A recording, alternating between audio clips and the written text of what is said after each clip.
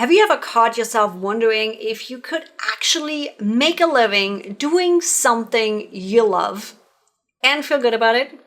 Today, we are talking about the struggle so many of us face when it comes to feeling worthy of success and stepping out of the old belief that earning a living should be hard work, not joyful work. There's the pressure of childhood messages about money and working hard for approval, the challenge of finding your true voice in a world full of salesy noise, and the discomfort many feel when it's time to sell or set prices that reflect real value. Joining us to shine a light on these topics is Rachel Allen, an expert in data-driven yet deeply human-centered marketing. In this episode, you'll hear Rachel's journey from self-doubt to success, her insight into authentic communication, and practical ways to bring your full self to your business. Get ready for honest stories and real tips you can use right away.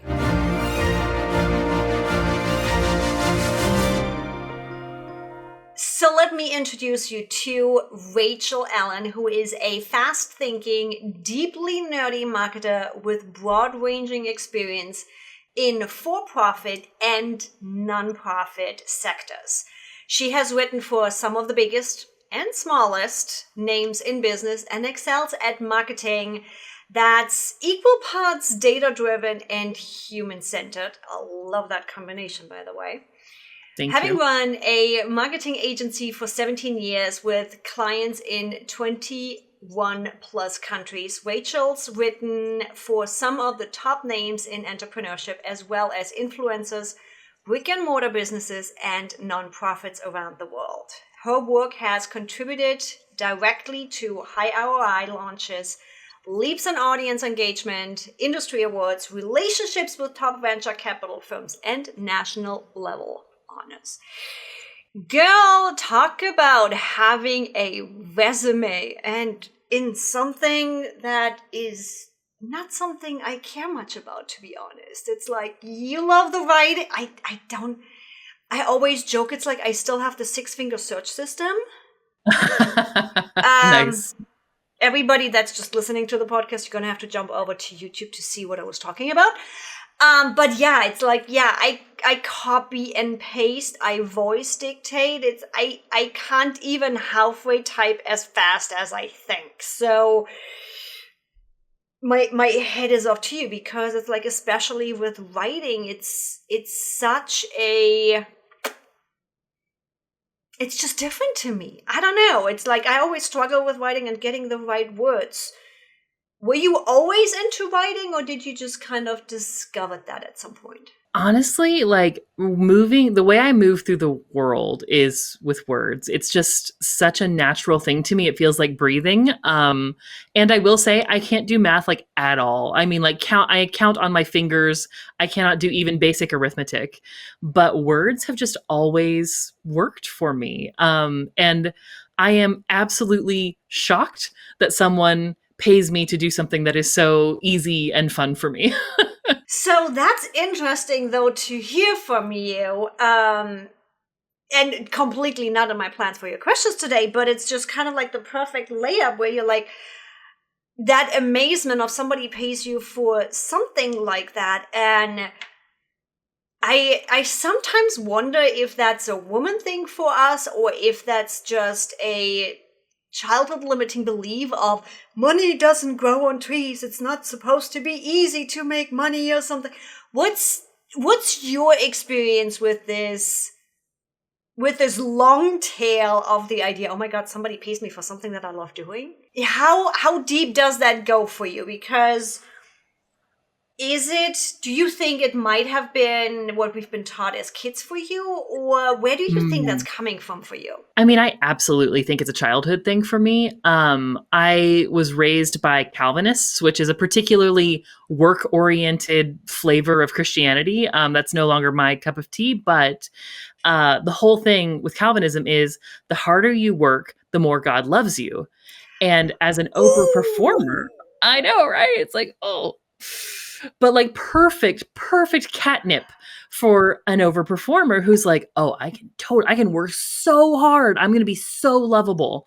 And so I've really had to, I think the word people use is divest from that over the years to be like, you know what? What if I do something that's fun and people still love me? How about that? And it's like, yeah, I'm like, there is so much behind that where it's like, Yeah. oh, yeah, we're not going into a full and limiting belief session right now, but holy cannoli, it's this, Right? because you implied you are not being loved if you are not, it's the base of the whole hustle culture, right? You are only worth something if you are working your ass off. You're not going to be loved if you're not working your ass off. You're not going to make money if you're not working your ass off. I'm like, holy cannoli. Yeah. Let's not go down that rabbit hole, or we have 3 episodes for the next 5 hours. Exactly. we just opened up Pandora's box. Yeah. Coming back around to a little bit of not so much still deep conversation though. You work in quite some deep situations. I'm like, there's a lot going on with what you do where it's not just writing, it's also stress management, issue management. I'm like, you are publicly out there with written content where did one of your clients ever end up in one of those, oh, somebody is getting fired moments and you had to save them? Oh gosh. So while I don't do crisis communications, that's a specific specialty and I don't want to be on my phone enough for that. Yeah, no, I hate my phone. I'm like, I want it to be as far away from me as possible. I've had moments though where clients often bring me in when they're in the middle of a transition and something has gone very badly wrong. I often say that I work with founders who have impossible dreams and unsolvable problems. And then they need someone to come in who can both see the dream and be like, oh yeah, no, we can totally make that happen. And, oh wow, look at that. You've gotten yourself in quite the mess. Here's a plan for us moving forward. And so I do, and you're exactly right. You know, while my official job is marketing strategist, so much of it is it's just problem solving and it's listening to people who are really upset because they are having a public mistake happen and they need someone who can be like, you know what?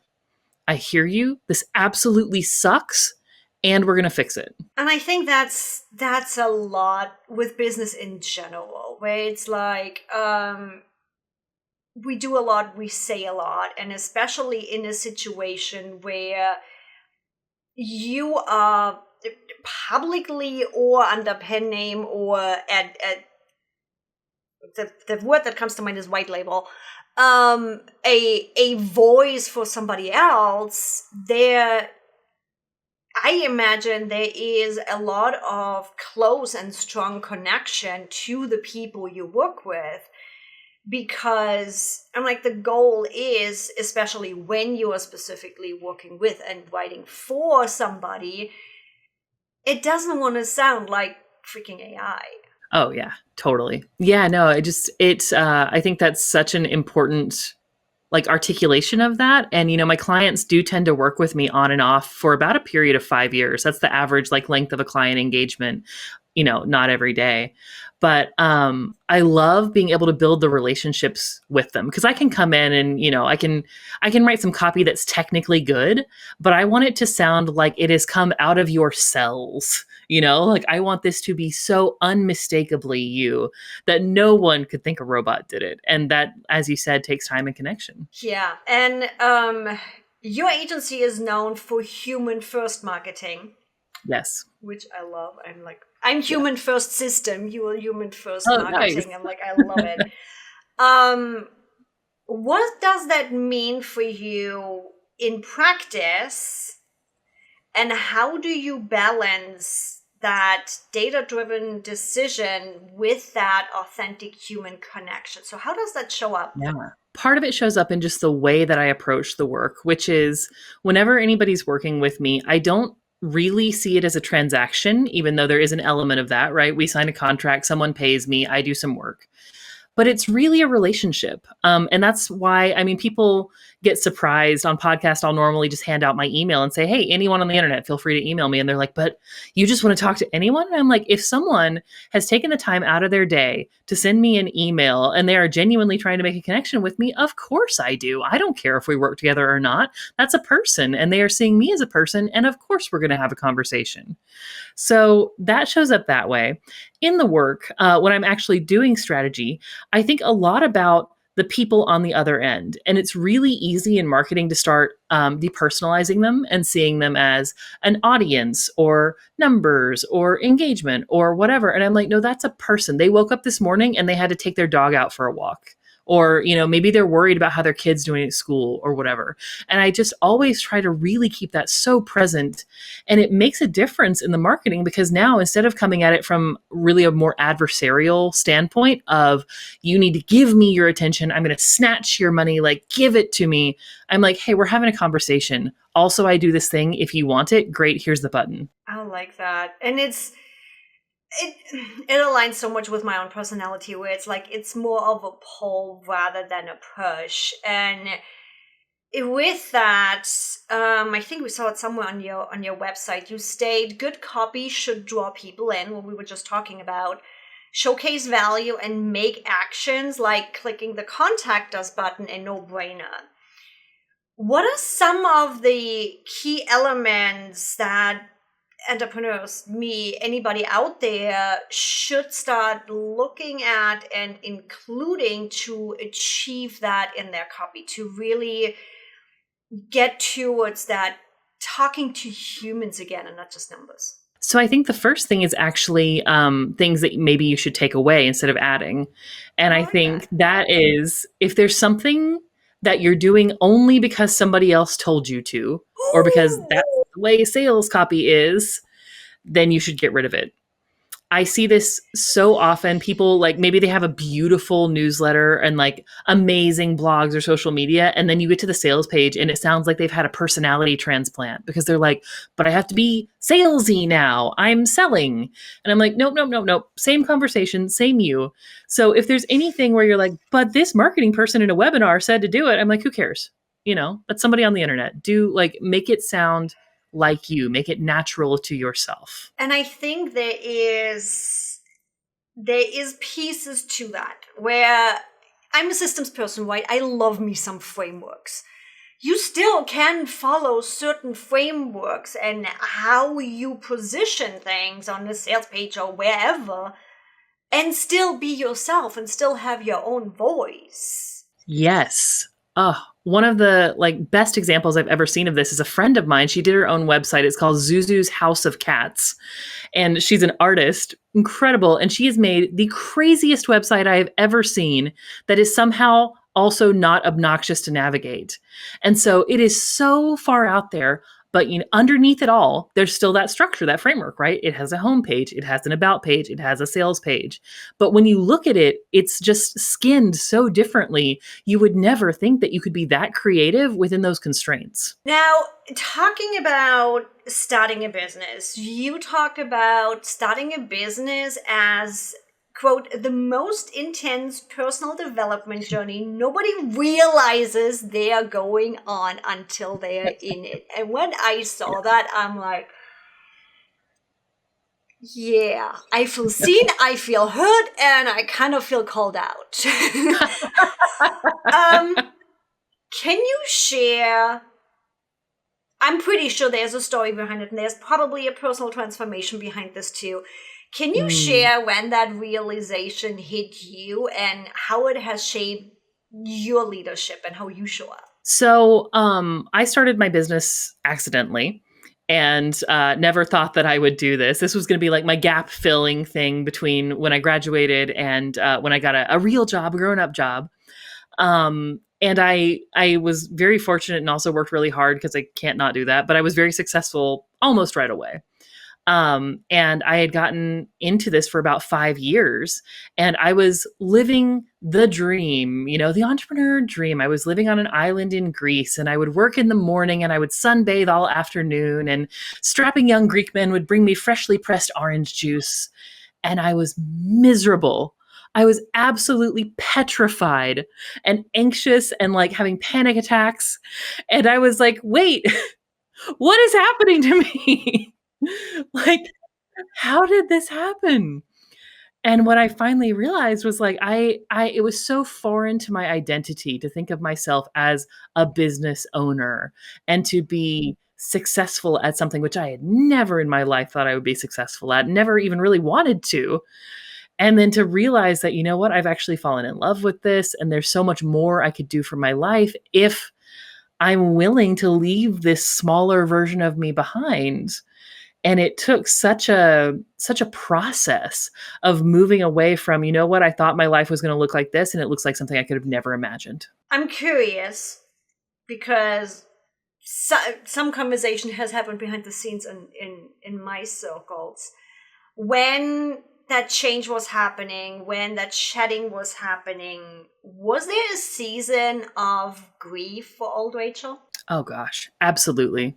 Absolutely. There was a season of deep grief. I was also sort of unrelated, but I guess, you know, it's all tied together. I was in this process of recalibrating a lot of my intimate relationships.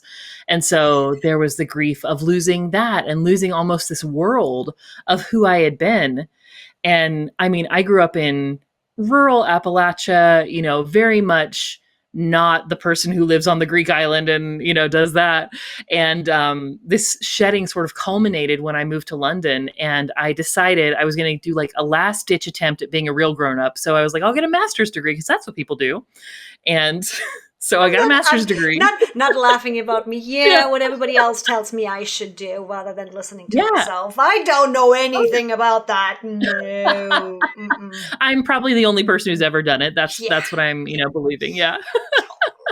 So I did that and I got halfway through the degree and they were like, oh, you should stay for a PhD. And I was like, oh, I just can't. Like it's just, nothing is as fun as the other stuff that I'm doing. But there was an enormous period of grief throughout that as well. And yeah, I brought it up because I've heard somebody say, and it was the first light bulb moment a couple of years ago where it's like, yeah, there is a stage of grief that many haven't talked about because you are grieving your old you, right? It is literally someone you are leaving behind. And I wanted to bring it up because I want to let everybody listening and watching know it's okay.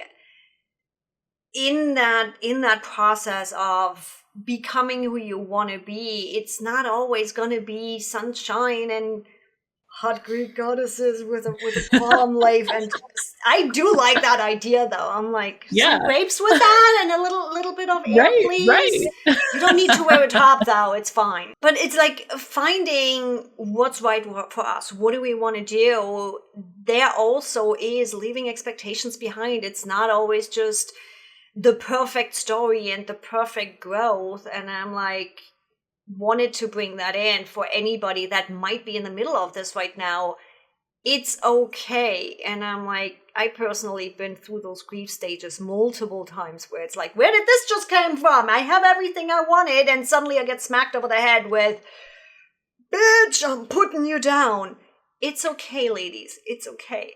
Coming back around to finding ourselves, wanting to show us ourselves, you have a workshop called How to Write a Sales Page, and you're talking for that workshop about helping people to sell without discomfort. I'm like, I'm one of those people where I'm like, by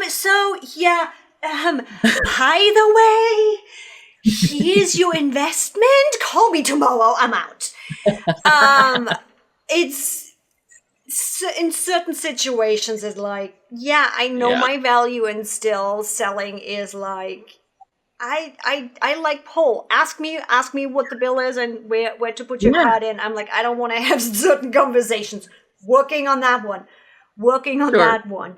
With your work that you are doing on selling without discomfort, selling just easily, what are some of the biggest mindset blocks you have seen with people like me that are like,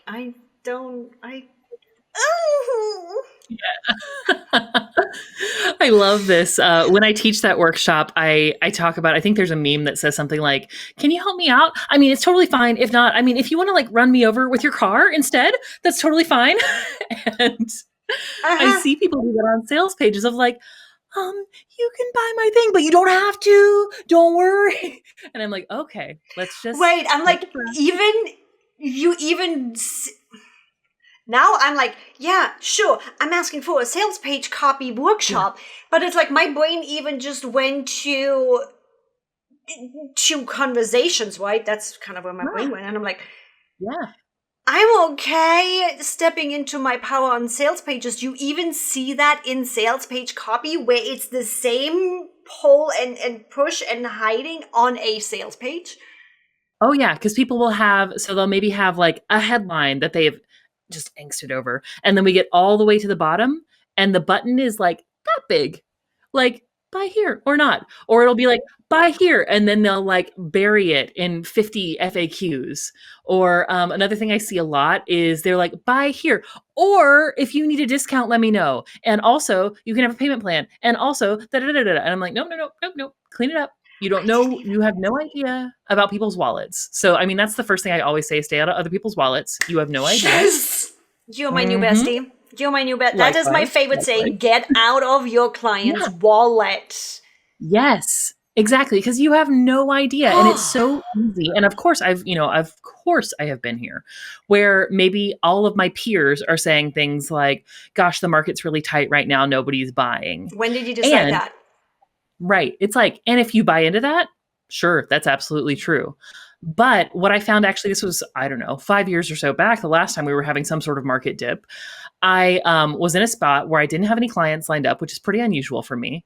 And I thought, okay, well, this kind of sucks. I don't like it. So I could either decide to cut all my pricing and like try and go really cheap. And I was like, that feels really bad. So I was like, okay, but what if I quintupled it? And I was like, there is no way somebody's going to pay 5 times. I landed a client like the next week. Yeah. So you have no idea like what the market being tight means to other people. And also just the perception of things, right? Because it's, and I didn't, piece by piece, there was so much in there. Oh my God. I didn't even think about it of like, yeah, hiding the buy now button, right? And just, oh yeah, and this pricing plan and this discount and all of this. So I didn't even think about it in this sense of not showing up and asking for just being strong in your pitch. And now I totally lost my train of thought with the second one. There was so much good stuff in there where it's like just showing up and having that strength to have these conversations. It's like, I love it. And perception, that's where that second one was, that perception of, in a market right now where it's like everybody is underbidding themselves and everything is cheaper and all the things, it's entirely possible. And I assume you are more into this than I am. I'm in the research for myself where it's like, oh, if I just pay $25 for it, it's just worth that much. And now suddenly when you go 5 times, 4 times, 3 times, maybe even 10 times, the perceived value, the perceived level of business, knowledge, whatever it is, now is suddenly different because you are asking that price. Exactly. And it puts you in a sea of, like, it positions you among people who maybe really are only worth $25. Maybe their offers really just aren't that great. But now you're in the same room as them. You're sitting in the same group of chairs as they are. And so when people see you, they can't differentiate because they don't know the difference between you and them. Interestingly enough, I talk about universe episodes when it's like it completely aligns with things that are happening in my own life too, where I'm like, yes, universe, I hear you. I got the message. When we were talking about the perception and the price point and where you put yourself, so interestingly enough, where my brain went is Yes, I do coaching and consulting, but I also sell my ClickUp templates that we've optimized and all the things. And I always pride myself that I just don't throw a template at you. There's videos, there's explaining so you understand it, so you can customize it, so you can make it yours. And I recently had a conversation where somebody came like, I thought I'm just getting the template and there's a whole training. So there was a sales funnel issue behind it. We're working on that, but it led to the conversation of, you have a whole video training with this. And I'm like, duh.